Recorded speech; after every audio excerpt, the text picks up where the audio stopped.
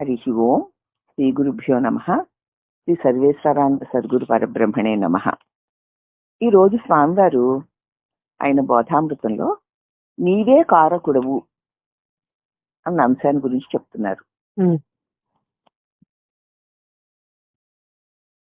ప్రియమైన ఆధ్యాత్మిక సాధక, వ్యక్తిగతముగానే కాకుండా సంఘము బాగుపడవలయును అన్నను, దేశము ఉన్నతి స్థితికి రావాలి అన్నను నీవే కారకుడువు అనేటువంటి సత్యాన్ని విస్మరించకము.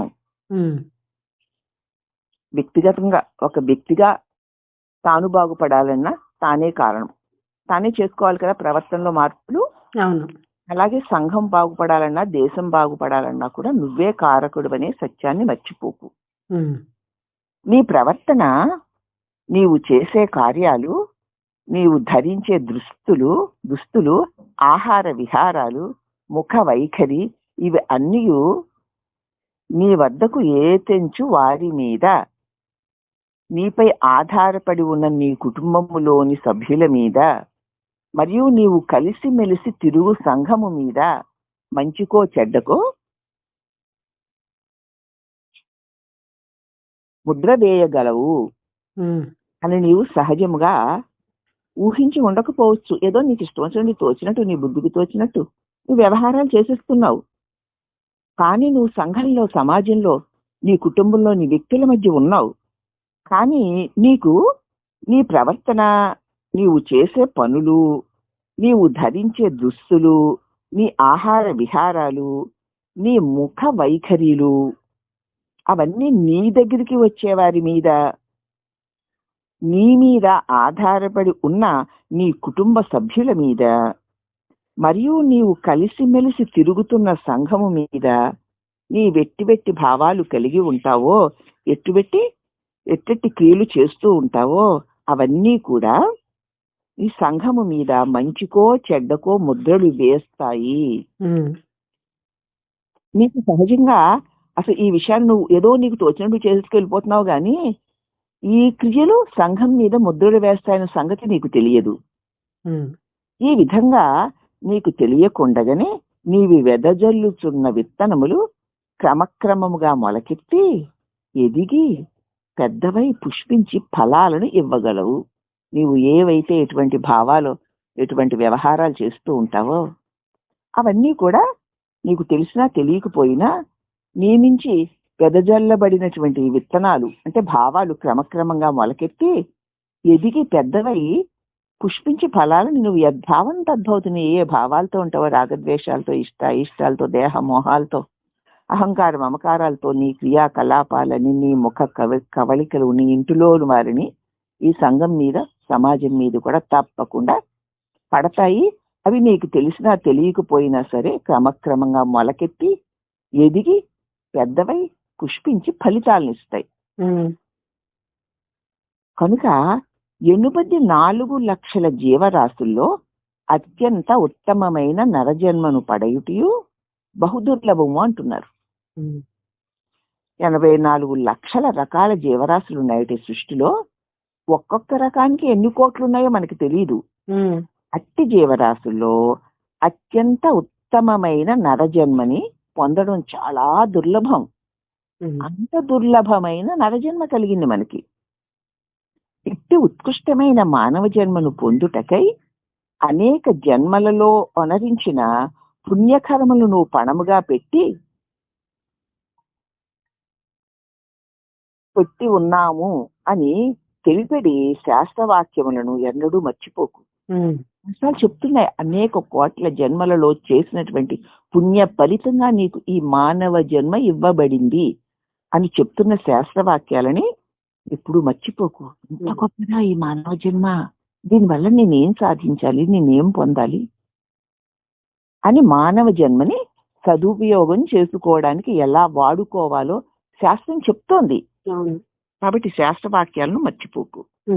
ప్రతి మానవుని చుట్టూ ఒక ప్రత్యేక వాతావరణము ఆవరించి ఉంటుంది. ప్రతి మనిషి చుట్టూ కూడా అతని మనోభావాలను బట్టి, పైకి అనకపోవచ్చు కానీ ఆ భావాలు నీ శ్వాస ద్వారా నీ చుట్టూ ఆవరించి ఒక రకమైనటువంటి వాతావరణం ఆవరించుకొని ఉంటుంది. కొంతమంది వ్యక్తులు దూరం చూసి బాబాయ్ భయం వేసినట్లు ఉంటుంది. కొంతమందిని చూస్తే బాబాయ్ ఈ మనిషి దగ్గర జాగ్రత్తగా ఉండాలి బాబాయ్ అనిపిస్తూ ఉంటుంది. కొంతమందిని చూస్తే ఆహ్లాదంగా ఉంటుంది. మనం ఏం మాట్లాడక్కర దూరం నుంచి చూసినా సరే. కొంతమందిని చూస్తుంటే ఇంకా చూడాలనిపిస్తూ ఉంటుంది. కొంతమంది మాట్లాడుతుంటే ఇంకా వినాలనిపిస్తూ ఉంటుంది. ఎంచేత వారి మానసిక వాతావరణం వారి చుట్టూ ఆవరించుకుని ఉంటుంది. అది ప్రేమ, దయ, కరుణ, ధైర్యము, అహింస, భక్తి, వైరాగ్యము, విశ్వాసము, జ్ఞానము వంటి మనస్సుకు శాశ్వత శాంతి ఆనందాలను కలిగించు దైవీ సంపద్రూప సౌరభాలతో నిండి ఉండొచ్చు కదా. అటువంటి సంపదలతో నీవు నిండి ఉన్నావనుకో, నీ మనస్సు ప్రేమతోటి, దయతోటి, కరుణతోటి, ధైర్యంతో, అహింసతోటి, భక్తితోటి,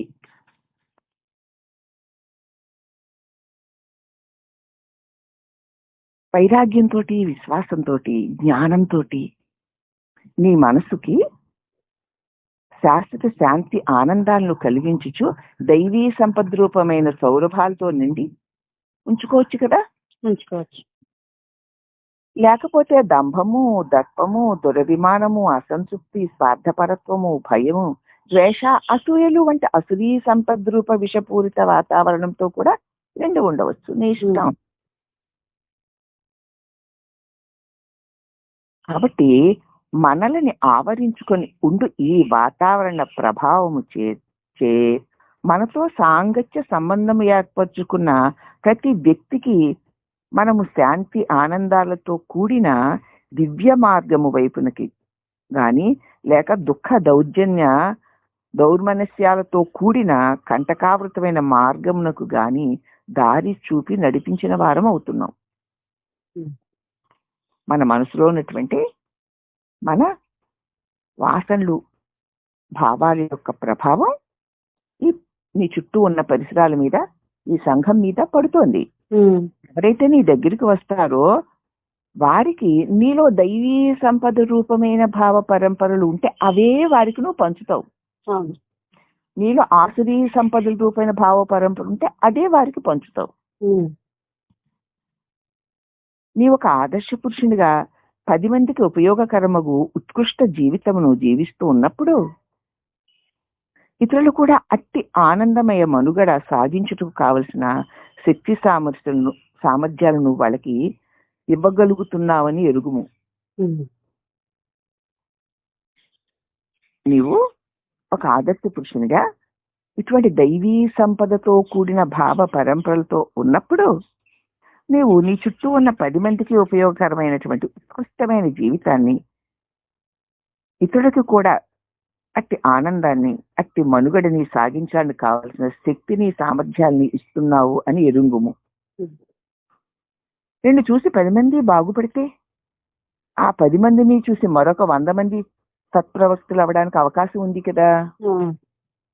ఈ విధంగా నీ గ్రామం బాగుపడాలన్నా, సంఘం ఉద్ధరింపబడాలన్నా, దేశం ఔన్నత్యము పొందాలన్నా నీవే కారకుడు అని మర్చిపోకు. నీవు సద్గుణ సంపదతో నీ అంతఃకరణ నిండి ఉంటే దాని ప్రభావం నీ చుట్టూ ఉన్నటువంటి వాతావరణం నిండా వ్యాపించి నీ దగ్గర, నీ కుటుంబంలో వారు గాని, నీ చుట్టూ ఉన్నవారు గాని దాని ప్రభావానికి తప్పకుండా లోనవుతారు. అసలు సత్ప్రవర్తన అయితే ఆ ప్రవర్తన నేర్చుకుని 10 మంది బాగుపడితే ఆ 10 మంది ఒక్కొక్కరు 10 మందికి చెప్తే 100 మంది అలాగే మనం మన ప్రవర్తన వల్ల దేశ ఔన్నత్యాన్ని నువ్వే కారకుడు అవుతావని మర్చిపోకు. ఆ లోకమంతా అలా ఉంటే నేను ఒక్కడనే ఏం చేయగలను అని తప్పించుకుంటూ ఉంటాం. నీ మట్టికి నువ్వు హాయిగా ఉండు, నీ చుట్టూ ఉన్నవారికి హాయిని, సుఖాన్ని, శాంతిని ఇవ్వగలుగుతావు. నీవే దుఃఖంతో చికాకుతో ఉన్నావనుకో, నీ దగ్గరికి వచ్చిన వారికి కూడా దుఃఖము చికాకే కలుగుతాయి.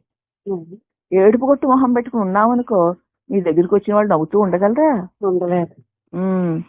అదే నవ్వుతూ శాంతిగా, ఆనందంగా, మృదుమధురంగా మాట్లాడుతున్నావు అనుకో, నీ దగ్గర వచ్చిన వారికి కూడా శాంతిగా ఇవ్వగలుగుతాం. అది తెలుస్తుంది కదా మనకి. అందుచేత నీతి నిజాయితీలకు మించిన సౌందర్యం ఏదీ లేదు. నిరాడంబర దివ్య జీవనము వజ్రము కంటే అత్యంత అమూల్యమైనది. నిరాడంబరమైన శాంతిపూర్వకమైన జీవితము వజ్రము కంటే కూడా అత్యంత అమూల్యమై ఉన్నది. అంటావా? వజ్రము దగ్గర ఉన్నచో ఎవరైనా దొంగిలింతురేమో అని భీతి, దుఃఖము, అశాంతి నిద్ర పట్టకుండా ఉండడం జరుగుతుంది. ఒక నీ దగ్గర గొప్ప మంచి వజ్రం ఉందనుకో, దాన్ని కాపాడుకోవడానికి నీకు మరి భయము, దుఃఖము, అశాంతి కలుగుతాయి. ప్రశాంత జీవనము పిత్రార్జం వలె పారంపర్యముగా గాని, లాటరీలో ధనము ప్రాప్తించే విధముగా గాని ఆకస్మికంగా వచ్చేది కాదు. ఇది ప్రశాంత జీవితం తల్లిదండ్రులు ఇచ్చిన ఆస్తిలాగా లాటరీ టిక్కెట్కి వచ్చిన డబ్బులు లాంటిది కాదు. ఇది జీవితం అంతా కష్టపడి అభ్యాస వైరాగ్యాల ద్వారా నీ జన్మవాసనలన్నిటినీ తొలగించుకుని, అభ్యాస వైరాగ్యాల ద్వారా పొందవలసినది ఆ దైవీ సంపద ఊరికే రాదు.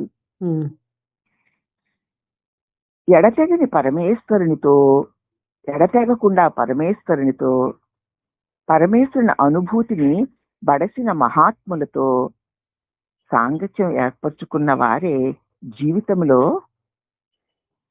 జీవితంలో సాధించి తరించగలుగుతారు. నిరంతర పరమేశ్వరునితోనూ పరమేశ్వర అనుభూతిని కలిగిన వారి సాంగత్యంలోనూ జీవిస్తూ ఉంటేనే మన జీవితాన్ని మనం శాంతిపూర్వకంగా చేసుకుంటూ మన చుట్టూ ఉన్న వారికి కూడా మనం శాంతిని ఇవ్వగలం. నీ హృదయ క్షేత్రము సస్యశ్యామలమై 10 మందికి మంచి ఫలాలను అందించదలిస్తే ఇక ఎంత మాత్రమూ ఆలసింపక దానిని దివ్య కర్షకుడిలాగా సద్గురుదేవుని పాదపద్మం మీద సమర్పించము. నీ హృదయ క్షేత్రం సస్యశ్యామలమై 10 మందికి మంచి ఫలాలని ఇవ్వాలని కనుక నువ్వు తలంచితే, నీ వల్ల ఇతరులు బాధపడకూడదు, మంచి ఫలాలని పొందాలని నువ్వు తలంచితే ఇంక ఎంత మాత్రం ఆలస్యం చెయ్యకు. నీ హృదయాన్ని దివ్యకర్షకుడైనటువంటి సద్గురుదేవుని పాదపద్మము మీద సమర్పించము. సద్గురువైన సర్వేశ్వరుడు తన కృపా దృష్టిని ఆధ్యాత్మిక సాధకులపై నిరంతరము ప్రసరించి తరింపచేయుగాక. సద్గురువైన సర్వేశ్వరుడు విశ్వానికి గురువు వేశ్వరుడు. తన కృప నీవు గనక ఇటువంటి సదాలోచనలు కలిగి ఉంటే ఆ సద్గురుడైన సర్వేశ్వరుని కృపా దృష్టి ఇట్టి ఆధ్యాత్మిక సాధకుడి మీద నిరంతరము ప్రసరించి తరింపచేయును. కాబట్టి సదా పరమాత్మతోటి పరమాత్మ యొక్క అనుభవాన్ని పొందినటువంటి భక్తులతోటి, మహనీయులతోటి సాంగత్యం పెట్టుకుంటూ నిరంతరము మన హృదయమునందు సద్భావాలని నింపుకుంటూ, ఇతరులు ఎలా అయినా ఉండని, ఈలో సద్భావాలు పెరిగే కొద్ది దుష్టభావాలు కలిగిన వాడు దూరం అయిపోతారు. ఒకవేళ వాళ్ళకి ఏదో పుణ్యం ఉంటే దుష్టభావాలు కలిగిన వాళ్ళు కూడా దైవీ భావాలు కలిగిన వాళ్ళుగా మారిపోతారు. కష్టంగా ఉన్నా తేలికనుకోకుండా కష్టపడి అభ్యాస వైరాగ్యాల ద్వారా నీ జన్మవాసనల వల్ల నీలో ఉన్నటువంటి ఆసురీ భావాలను తొలగించుకుని నిరంతరము పరమేశ్వరుని స్మరణ ద్వారా దైవీ భావాలను పెంపొందించుకుంటూ పోతే సర్వేశ్వరుడైన సద్గురుని యొక్క అనుగ్రహం ఎలాగా మనకు ఉంది గనక మనం బాగుపడి 10 మందికి కూడా ఆ దివ్యమైన పరమానంద సుఖాన్ని పంచగలిగి ధన్యులమవుతాము అని స్వామివారు మనకి ఈ సందేశాన్ని అందిస్తున్నారమ్మా. అట్టి సద్గురుదేవులకు అనేక వందనములు తెలియజేసుకుంటూ హరి ఓం నమః.